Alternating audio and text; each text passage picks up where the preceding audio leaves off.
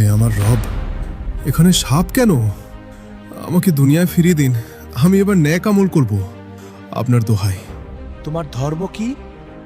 কে তোমার নবী? কবর কেন জ্বলছে? আমাকে বের করো। আমি যে এখনো জীবিত। আমাকে ফেলে যেও না। আমার দম বন্ধ হয়ে আসছে। চারপাশে এত সাপ কেন? কেউ কেন আমার উত্তর দিচ্ছে না? কবরে চিৎকার করছে এক যুবক, কিন্তু তার চিৎকার কেউ শুনছে না। এবং পরবর্তীতে যা ঘটবে তা তার পুরো জীবন বদলে দেবে। এটা এমন এক যুবকের অভিজ্ঞতা যে মৃত্যুকে দেখেছে দুইবার। প্রথম মৃত্যুতে সে জাহান্নামের আগুন দেখল, দ্বিতীয় মৃত্যুতে জাহান্নাম থেকে মুক্তি। আজ আপনি জানবেন ঠিক কোন 5টি আমল তাকে জাহান্নাম থেকে বাঁচালো এবং কবরে কেন উত্তর জানা সত্ত্বেও 99% মানুষ তার উত্তর দিতে পারে না। কিন্তু শুরুতে ফিরে যাই। এই যুবকটি আপনার আমার মতোই সাধারণ ছিল। নামাজ মাঝে মাঝে, ভালো কাজ সময় পেলে, পাপ সবাই তো করেই, তাই না?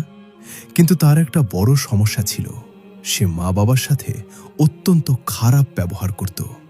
চিৎকার, গালি, অবহেলা সব কিছু। এবং এই পাপের শাস্তি শুরু হয় কবর থেকেই। এবং ঠিক এই একটি পাপই তাকে কবরে নিয়ে যাবে এক ভয়ঙ্কর শাস্তির দিকে। কিন্তু সেটা পরে। একদিন রাতে সে ঘুমাতে গেল। স্বাভাবিক রাত, স্বাভাবিক ঘুম। কিন্তু পরের মুহূর্তেই সবকিছু বদলে গেল। সে দেখল মানুষ তাকে কবরে নামাচ্ছে। এটা কি হচ্ছে? সে ভাবল, আমি তো জীবিত। কিন্তু কেউ তার কথা শুনছে না। কবরের দরজা বন্ধ হয়ে গেল। অন্ধকার, সম্পূর্ণ নীরবতা। এবং তারপর কবর তাকে চেপে ধরতে শুরু করল। চারদিক থেকে হাড় ভাঙা শব্দ, শ্বাস বন্ধ হয়ে আসছে, যন্ত্রণায় চিৎকার, কিন্তু কেউ শুনছে না। হঠাৎ সামনে আবির্ভাব হলো 2 ফেরেশতার। কিন্তু এরা সেই সুন্দর ফেরেশতা নন যাদের কথা আপনি শুনেছেন। তাদের চেহারা এতই ভয়ঙ্কর যে দেখা মাত্রই যুবকটির জিহ্বা জমে গেল। তারা জিজ্ঞেস করলেন 3টি প্রশ্ন, মাত্র 3টি। এই 3টি প্রশ্নের উত্তর জানা না থাকলে কবরে কি হয় সেটা আপনি 2 মিনিটের মধ্যেই জানবেন। কিন্তু আগে শুনুন প্রশ্নগুলো কি। 1. তোমার রব কে? 2. তোমার দিন কি? 3. তোমার নবী কে? সহজ প্রশ্ন, তাই না? কিন্তু যুবকটি একটি শব্দও বলতে পারল না। আপনি হয়তো ভাবছেন, এত সহজ প্রশ্ন, আমি তো সাথে সাথে উত্তর দিতে পারবো। কিন্তু মনে রাখবেন, ফেরেশতাদের সামনে কবরের অন্ধকারে ভয়ে কাঁপতে কাঁপতে আপনার মুখ দিয়েও হয়তো কোনো কথা বের হবে না। ফেরেশতারা তাকে লোহার হাতুড়ি দিয়ে আঘাত করলেন। এমন আঘাত যে পুরো কবর কেঁপে উঠল। এবং তারপর এলো সেই সাপ, আস-সুজা আল আকরা। এই সাপের নাম শুনেছেন? না শুনে থাকলে ভালোই, কারণ এই সাপ শুধুমাত্র কবরে বদ আমলকারীদের জন্য। সাপটি যুবককে এমন জোরে দংশন করল যে সে মাটির 70 হাত নিচে দেবে গেল।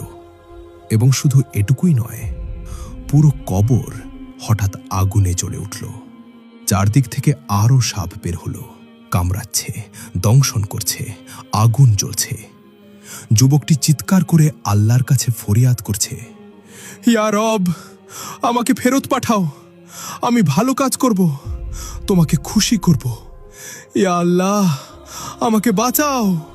এবং ঠিক সেই মুহূর্তে তার চোখ খুলে গেল। যুবকটি দেখল সে তার নিজের বিছানায়। ঘামে ভিজে গেছে পুরো শরীর, হাত পা কাঁপছে। এটা স্বপ্ন ছিল, কিন্তু এমন বাস্তব স্বপ্ন তো কখনো দেখেনি। আগুন, সাপ, ফেরেশতা সব যেন এখনো চোখের সামনে ভাসছে।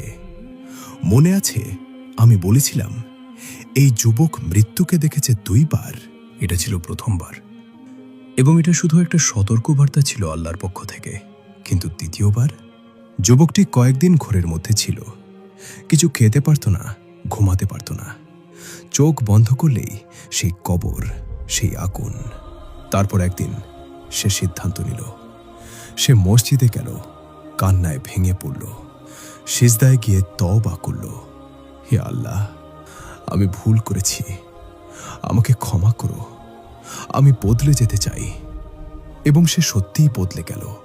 নামাজ 5 ওয়াক্ত মসজিদে, মা বাবা, সে তাদের পায়ে হাত দিয়ে ক্ষমা চাইল, পাপ পুরোপুরি ত্যাগ করল। কিন্তু কিছুদিন পর সে ভীষণ অসুস্থ হয়ে পড়ল। ডাক্তার বললেন, আপনার একটি মরণ ব্যাধি হয়েছে, বাঁচার সম্ভাবনা খুবই কম, হয়তো কয়েক সপ্তাহ। যুবকটি থমকে গেল। সেই স্বপ্নের কথা মনে পড়ল, কিন্তু এবার ভয়ের বদলে তার মনে এলো এক প্রশ্ন, আমি কিভাবে কবরের আযাব থেকে বাঁচতে পারি?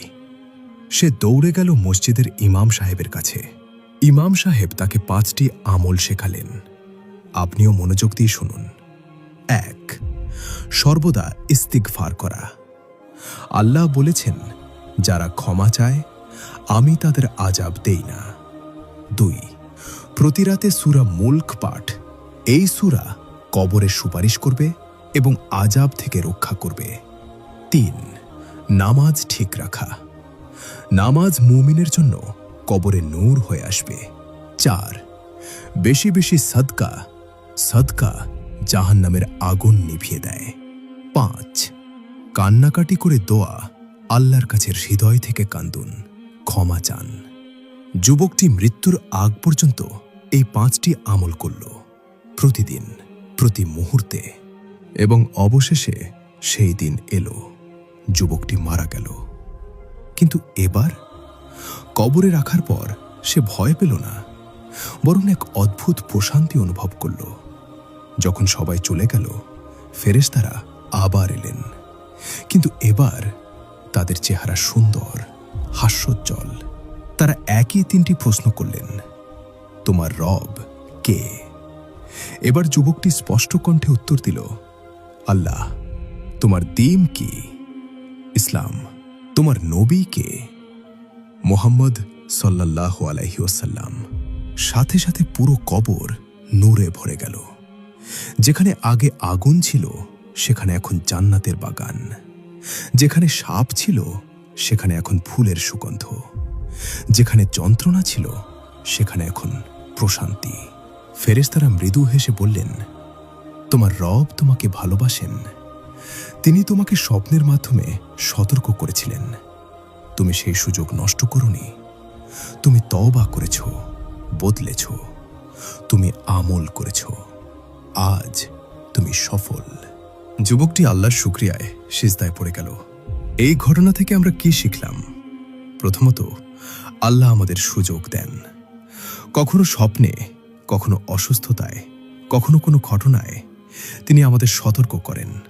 দ্বিতীয়ত, যতক্ষণ শ্বাস আছে ততক্ষণ তওবার দরজা খোলা। তৃতীয়ত, ছোট ছোট নেক আমলই কবরে আপনার সঙ্গী হবে। চতুর্থত, মা বাবার সাথে ভালো ব্যবহার করুন। তাদের সাথে খারাপ ব্যবহার কবিরা গুনাহ এবং এর শাস্তি ভয়ঙ্কর। পঞ্চমত, কবরের প্রস্তুতি দুনিয়াতেই নিতে হয়। কবরে গিয়ে আর কিছু করার থাকবে না, তখন শুধু ফলাফল পাবেন। আপনি হয়তো ভাবছেন, আমার তো এমন স্বপ্ন আসেনি। ঠিক আছে, কিন্তু এই ভিডিওটি দেখা এটাও একটা সতর্কবার্তা। আল্লাহ হয়তো আপনাকে এভাবেই মনে করিয়ে দিচ্ছেন, আজ থেকে শুরু করুন সেই 5টি আমল। 1. ইস্তেগফার। 2. সূরা মুলক। 3. নামাজ। 4. সাদকা। 5. দোয়া। এবং আপনার পরিবার, বন্ধুদের সাথে এই ভিডিওটি শেয়ার করুন। হয়তো এটা তাদের জীবন বদলে দেবে, হয়তো এটা তাদের কবরে নূর হয়ে যাবে। মনে রাখবেন, কবর হয় জান্নাতের বাগান, নয়তো জাহান্নামের গর্ত। কবর হয় নূরে ভরা, নয়তো আগুনে জ্বলা। কবর হয় প্রশস্ত, নয়তো সংকীর্ণ। আর এই সব কিছু নির্ভর করে আপনার আমলের উপর, আপনার দুনিয়ার জীবনের উপর। আজ থেকেই তওবা করুন, দেরি করবেন না, কারণ কেউ জানে না কখন তার সময় শেষ হয়ে যাবে। আগামী ভিডিওতে আমরা জানব হাসরের ময়দানে এই যুবকের সাথে কি ঘটল এবং কিভাবে সে পুলসিরাত পার হলো। সেই ভিডিওটি মিস করতে না চাইলে এখনই সাবস্ক্রাইব করুন। আর ভিডিওটি যদি ভালো লেগে থাকে লাইক দিন, শেয়ার করুন, কমেন্টে লিখুন আস্তাগফিরুল্লাহ অথবা আল্লাহু আকবার। আল্লাহ হাফেজ।